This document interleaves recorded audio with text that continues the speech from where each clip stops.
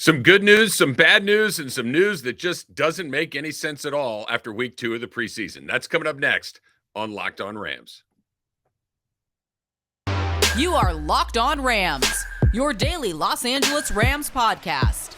Part of the Locked On Podcast Network, your team every day.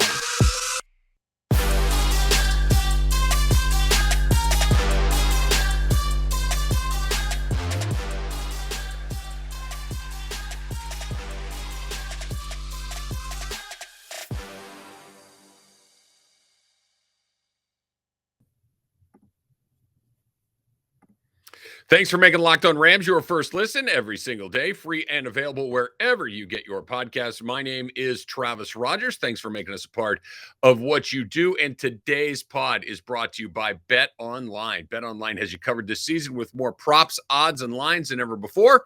BetOnline, where the game starts. Okay, we got a whole bunch of things to get to, but before we do any of that, I'm going to need you to click that subscribe button in your podcast feed. Also, check us out, Locked On Rams on YouTube, and you can follow me under my name at Travis Rogers. Not only do I host your Locked On Rams podcast, your team, every single day, but I also host the Rams pre- and post-game show, which means I was all over the game on Friday night, I should say. That's right. I had a long day Friday against the Houston Texans, a game that the Rams ultimately ended up losing, which is a big fat so what? Who cares? Preseason doesn't matter at all. But a whole bunch of interesting things came out of that game. I want to talk about Kendall Blanton getting cut. That was surprising, to say the least. We'll get into that coming up in just a little bit. Logan Bruss suffers a knee injury, some bad news for him and for potentially some depth along that offensive line for the Rams. And then some very good news as well, which is exactly where we're going to start right now. The number one question coming into this season, the number one priority, and it was not just my opinion, it was not just other people who follow the Rams' opinion, it was clearly the opinion of the Rams themselves. And all you need to do is look at the way that they approached the draft, and it'll tell you that they felt the same way, was the secondary, right? That you knew you needed to replace Andrew Whitworth's leadership. You knew that you had to find somebody opposite Aaron Donald. You knew that you had to replace Von Miller to a certain degree, that Odell was going to miss some time if he comes back at all, Robert. But the question was, what's that secondary going to look like? You've got Jalen Ramsey on one side, and now what? Well, that question is starting to feel a lot less pressing after seeing what we saw. Now, typically the preseason means jack squat, right? The preseason doesn't, especially when you're talking about the Rams, because they don't play any of their guys. And, we know how Sean McVay approaches the preseason. It's a very, let's just get out of here and get to the games that matter kind of approach, for sure. This one is a little bit different because, number one, who was playing for the Rams? These are guys that you're presumably going to need to get some contributions from along the way. But number two, who the Texans were playing. The Texans played their guys. Now, you can argue that the Texans might be one of the worst teams in the league, and they might, but it's an NFL team that played their starters for the first half of the game, right? Their starting quarterback, their starting wide receivers, their starting offensive line. They played their guys. Now, that team might only win 4 or 5 games, maybe less, but it's an NFL starting lineup, okay? And the Rams secondary had guys out there that are going to have to step up, that are going to have to make some plays, that are going to have to be able to fill in that nickel spot, that fourth corner spot, maybe have some impact as some depth at safety along the way. These are the things that the Rams have been looking at. And guess what? They did. They were really good. Let's talk about 2 guys in particular. Let's talk about Kobe Durant, number one. Another player that the Rams drafted very late in the draft last year, but this is what the Rams do. You have to have some of these guys hit along the way, and Durant was one of those guys you kind of cross your fingers and hope that it goes a certain way, and it looks like it's going a certain way. He had his first sack of the preseason. Again, that's not, you don't need him to be Aaron Donald, but that he's out there and he can make a play like that is a very, very good sign. He had a very close call on an interception that not only would have been a big play, but certainly would have given him a great deal of confidence moving forward. So he wasn't just out there surviving. He was out there making plays. And again, this is as green as he will ever be, right? This is the second preseason game. This is going up against some starters. And it did not look like he was overmatched. Now, is that dealing with Patrick Mahomes? Of course not. Is it dealing with a guy like Tom Brady who could be out there, Aaron Rodgers, these teams that they're going to have to beat in the postseason, presumably? Of course not. But by the time he gets to playing against those guys, presumably he's going to be a lot more experienced and a lot further down the line and have a lot more stripes on his shoulders. So I was incredibly encouraged by what you saw from Kobe Durant. Now, here's the other part. The other guy that did have a little more seasoning, that did play very, very well, is Robert Rochelle. He helped force the fumble, and he was in a couple of plays where, instead of just breaking it up, maybe we step in front of that and take it back to the house. That you could see Jalen Ramsey talking to him on the sidelines after a couple of plays, that Robert Rochelle is inexperienced, but he's also got a little bit of time in the NFL last year when he stepped in place of Darius Williams and did pretty well. He ends up getting hurt. Williams comes back, and that whole thing kind of going back to the way it was beforehand. But he was getting close to grabbing that job. He was getting close to being a regular contributor to what they did. And you could see it again last night, or I should say on Friday night. You could see it again when he's out there. This is not just a guy who's trying to survive. This is a guy that's trying to make plays. And this is the threshold that Sean McVay and Raheem Morris are looking for, right? It's not just, hey, can we survive? But can we survive, and can these guys make a play occasionally? And all of a sudden, the part of the Rams defense that looked like a genuine soft spot, a play where, hey, they're going to be able to take advantage of half the field because it's just so inexperienced over there, feels like, hey, we got a shot. We can at least play it straight up. We at least have a couple of guys that can go out there and do what they're supposed to do in Durant and Robert Rochelle. This is very, very good news for the Rams, for the secondary, for an area of emphasis coming in where they've gotten a little love. Now, all of a sudden, you got Troy Hill on one side. Now you got to fill a slot. You got Jalen Ramsey on the other. You got some Terrell Burgess played a little bit better. We're starting to see more and more plays out of that secondary. And again, that they did it against an NFL starter, I think is very good news. I'm fully aware it was the Houston Texans. I am fully aware that the Texans are not good, but it is a starting NFL lineup that they went out there and did that against, and it was very, very impressive along the way. Okay, that is the good news that took place on Friday night. Some very unfortunate news as well. That's coming up on the other side right here on Locked On Rams. But first, let me talk about betonline.net. It is the fastest and easiest way to check in on all your betting needs. Find all your favorite sports and events at the #1 online source for odds, lines, and games. Find reviews and news of every league, including Major League Baseball, NFL, NBA, NHL, combat sports, esports, and even golf. Buddy of mine got down on a big fight this week in the UFC. Hey, had a little action. What are you going to do? BetOnline continues to be the top online resource for all your sports wagering information, from live in-game betting, scores, and podcasts. They've got you covered. Head to BetOnline today or use the mobile device to learn more about the action happening today. BetOnline, where the game starts. Thanks again for making Locked On Rams your first listen every single day. It's also Fantasy Draft Week on the Locked On Podcast Network. However you play, experts from Locked On Fantasy Football and Locked On Dynasty Football will bring you positional top 10 lists to get you ready for the season. Find Locked On Fantasy Football and Locked On Dynasty Football on YouTube or wherever you get your podcasts. So if there was any question at all as to why Sean McVay doesn't like to play guys that he's going to count on during the regular season, look no further than the Rams' top draft pick from just a few months ago, Logan Bruss. Logan Bruss, of course, was a third-round pick, University of Wisconsin, offensive lineman, had a chance, at least theoretically, to maybe start as a rookie at that right guard position. And instead, he's not going to play at all this year. He has a torn ACL and MCL that happened Friday's night, a loss against the Texans, and now he is done for the entire 2022 season. That's just awful. It's just really terrible news for a guy who was just starting his NFL career, for a guy who the Rams clearly have high hopes for, big expectations for. Again, he was their top pick. When they finally got a chance to call a name on in the third round last year, they called Logan Bruss's name. He was the first guy that they went to, and now he's done for the season. It also brings up a bunch of questions about how the Rams are going to fill in along the rest of that offensive line, because while Bruss was very unlikely to be a starter, it seemed like Coleman Shelton has really separated himself as the starter at that right guard position. This was somebody that would allow Coleman to maybe move into a backup center role if something happened to Brian Allen. They put Bruss in the guard. It just gave them a lot of optionality along the way, and now they don't have it. Now he's done for the year.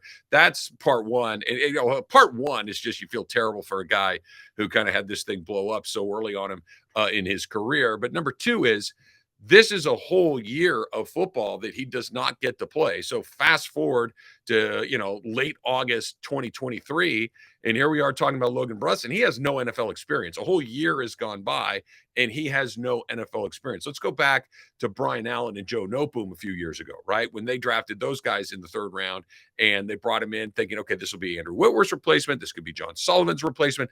They got to play a little bit. Maybe it wasn't a ton, but they got some time on the field to learn, to practice, to go through all of these things. And while Logan Bruss will be in meetings, he'll be around his teammates. It's not the same as putting your hands on a guy. It's not the same as going through practice, going through a game plan, and just playing NFL football. So very, very bad news for him and the Rams, because now that's one less offensive lineman that they have to plug and play in various places along the line.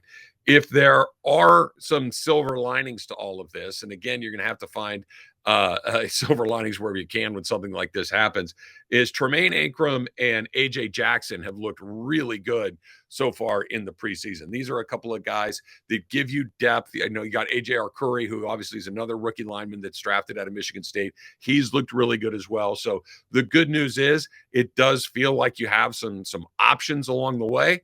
But the flip side is that the guy that you were counting on the most to be maybe the depth lineman, to be one of those guys that you have high hopes for, is down for the season. Here's the other thing, and I get it. It's football. I get it. The guys are flying around. I get the guys get hurt. I get the guys get caught in awkward positions, and things twist, tear, break, and whatnot. I understand how the NFL works. I don't understand why anybody of any consequence plays in these games. I just, and Sean McVay obviously feels very similar, because you're not seeing any of the guys that are really important to what they're about to do being out there. But this is this is the next tier down, right? This is the next tier of guys that you're thinking, hey, we got to get something out of our number one draft pick. We got to get something out of our top pick along the way. And this is 2 years in a row where their top draft pick is basically going to be either unplayable because he's just not up for it, like Tutu Atwell was a year ago, or you can't play because he's injured, like Logan Bruss is. I think the only way, and I get it, there are Andy Reid plays Patrick Mahomes. We've seen some other guys play, like we talked about before. The Texans had their guys out there. Texans aren't going anywhere. What do they care, right? But when you look at the Rams, when you look at a team that is obviously having very, very big goals ahead of them, why would I put any of my guys out there? And I'm not criticizing Sean McVay, because he does. You got to put somebody out there. But I'm playing fourth, fifth, 12th string guys in these games. No, I'll be a little rusty at the beginning. I'll take the month of September to kind of get my sea legs, if that's what it takes. But if I'm going to lose a guy for the year, I need it to be in a game that matters. That game on Saturday, Friday night, just simply does not matter. There is not one thing football related, like score, other than some experience, that matters. And they're going to Cincinnati this week, right? They're going to have a couple of joint practices against the Bengals. They're going to play one last final preseason game on Saturday afternoon against the Bengals. And that's it. Get your work done in the practice. Get the work done everywhere, but in a game that the second those games are over, poof, they're gone. And they don't matter. And there's nothing about them that I get it, coaches looking for, yeah, okay, can we not do that practice? I just, for the life of me, don't understand how you go through this. All right, so that's the bad news. And now we'll get to the part that was like, whoa, some surprising news along the way. A very important member of the Rams Super Bowl last year is no longer in Los Angeles. That is coming up next. So you're hanging out with some friends and putting back a few drinks. A few becomes a few too many. As the evening comes to an end and people start to head out, you think about calling for a ride. You live nearby, you can make it. It's no big deal, right? What are the odds that you're going to get pulled over? And even so, what's the worst that could happen to you? Your insurance goes up, you lose your license, you lose your job, you total your car, maybe you kill somebody. Everybody knows the risks of drunk driving. The results are tragic and often deadly. However, it still doesn't stop everyone from getting behind the wheel while under the influence. That's why police officers are out there right now looking for impaired drivers on our roads to save lives. So if you think you're okay to drive after a few drinks, think again, play it safe, and plan ahead to get a ride. It only takes one mistake to change your life or someone else's forever. Drive sober or get pulled over. Okay, so let's talk about a surprise cut that the Rams had the other day. Obviously, you're cutting down after each of these games, and more often than not, it's pretty it's pretty obvious who's going to be the guy that is sent down the way. And sometimes there's somebody that's a salary cap function. Sometimes there's a guy who just hasn't been playing very well. There's Raymond Calais, for instance, missed a pretty big block with John Wolford back there. That was kind of like, okay, that's that. He's no longer going to be around here, and he no longer is. And then there's every once in a while one of those moments where, like, whoa, it catches you by surprise. And I think that's what happened with Kendall Blanton. Now, Kendall Blanton is not a starter on this team. Kendall Blanton is not one of the the top tight ends in the league, but Kendall Blanton played a pretty significant role in what the Rams have been able to do last season in the playoffs. Let's just look at a couple of these things. Kendall Blanton only had his season was pretty underwhelming as far as like totals go along the way. He had during the regular season, he had 4 catches, okay, for no touchdowns. Not much there, right? In the postseason, he had 7 catches for 75 yards. He had a touchdown along the way, and he was an integral part of what they were doing. I mean, he really was. In that NFC Championship game, he caught in the NFC Divisional game against Tampa, he catches a couple of passes, 18 yards, including a touchdown pass. I want to say that it was the first touchdown of the day for the Rams in the divisional round. And all of a sudden, you're like, wait, Kendall Blanton caught the first touchdown of the day or an early touch? It's like, nope, that was his one all season long. And then fast forward to the Super Bowl, Tyler Higbee gets hurt. Tyler Higbee is unavailable to play in that game. And you are looking at Bryson, Hopkins, and Kendall Blanton. These guys are playing tight end. He was out there for 43% of the snaps in the Super Bowl. He played in the Super Bowl a lot, and he's down the road. Now, Bryson Hopkins seemed to have grabbed that second tight end spot. Cool, not a big deal. That's, Higbee's your starter. You're going to need a backup. But I think, put it this way, you know that there was some value there when the Washington Commanders snapped him up like that the second he became available, they jumped on it and brought him into their organization very, very quickly. There was some speculation that maybe they were doing that because they wanted to create a roster spot to hold another wide receiver, maybe Lance McCutcheon along the way. Sean McVay says that, nope, that's not what it is. That one thing has nothing to do with the other, that they are independent of each other, that they just felt that this was the right way to manage their roster, that they have some other guys that can do some tight end related things along the way. Like even Cooper Kupp in a weird way can kind of fill in, throw some of those blocks that tight ends might be able to do along the way. But that's just not something that they needed. But this is the first time that we've seen the Rams cut someone loose here in a while. It's like, oh, wow. Okay. Didn't necessarily see that one coming. And Kendall Blanton, unfortunately, is the recipient of that bit of bad news. Can you imagine what's going through that guy is, I just got a ring the size of a softball filled with diamonds and emeralds and God knows what else is in that thing.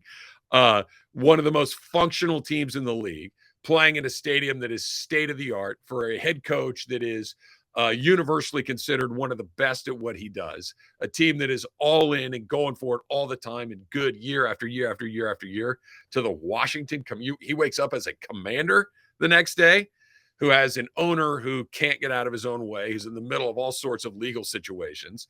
You've got a stadium that's falling down around you. You have a fan base that is completely disengaged because they've been bad for so long. They have a basic competency level of virtually zero. Ron Rivera is a good coach. I will give him a little bit of credit for putting some things together, but the rest of that organization is just a tire fire. And you go from LA to DC, the best team in the league is the defending champ, to a team that, maybe if everything in the world breaks exactly right, you finish right around 500. tough break. Tough break for Kendall Blanton. That's the way that these things go occasionally. Thanks again for making Locked On Rams your first listen every single day. Now make Locked On Fantasy Football your second listen. Find the intellectual fantasy expert Vinny Eiler, who brings over 20 years of NFL experience and a unique angle to give you the moves no one else has. Get ready for your fantasy draft with Locked On Fantasy Football. Until next time, whose house? It's Locked On Rams house.